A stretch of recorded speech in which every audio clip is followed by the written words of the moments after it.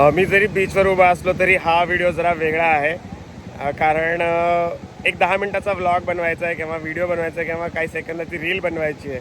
तर त्यासाठी केवढे एफर्ट्स आणि केवढं ट्रॅव्हल करायला लागतं हे या व्हिडिओमधून आपण बघणार आहोत.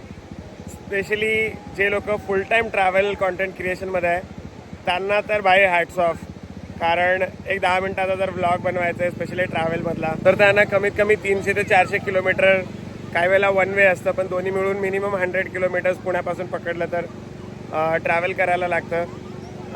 समजा त्यांना 7 वाजता इकडे पोहोचायचं तर रात्री 3ला निघायला लागतं, 10ला पोहोचायचं तर सकाळी 5ला निघायला लागतं. आणि हे एवढं सगळं करून मग ते इथले मोमेंट्स, इथले प्लेसेस कॅप्चर करतात. त्यामुळे भाई हे तर खूप अवघड काम आहे. एक 10 मिनिटाच्या व्हिडिओसाठी एवढं ट्रॅव्हल करत यायचं, त्याच्यामध्ये एफर्ट्स तर असतातच, प्लस पैसाही आहे. आणि त्या मानाने तो व्हिडिओ व्हायरल होईल, लोक बघतील, लोकांना तो आवडेल की नाही सगळं अनसर्टन असतं.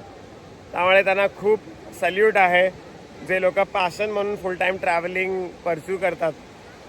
इट्स व्हेरी डिफिकल्ट, कारण आत्ता बघा दुपारचे 12 वाजलेत पण केवढं ऊन आहे, प्लस इथे तुम्हाला सगळ्या फॅसिलिटीज सोयीसुविधा मिळतीलच असं काही नाही आहे. बऱ्याच वेळेला इव्हेंच्युअलिटी येतात. ट्रॅव्हल करताना खूप अनसर्टनिटी असते. अनफॉर्च्युनेटली आज मी येताना 2 मेजर ॲक्सिडेंट्स पाहिले, असं पण होतं. आणि रिटर्न काय असतं तरी इट्स ऑल अनसर्टन.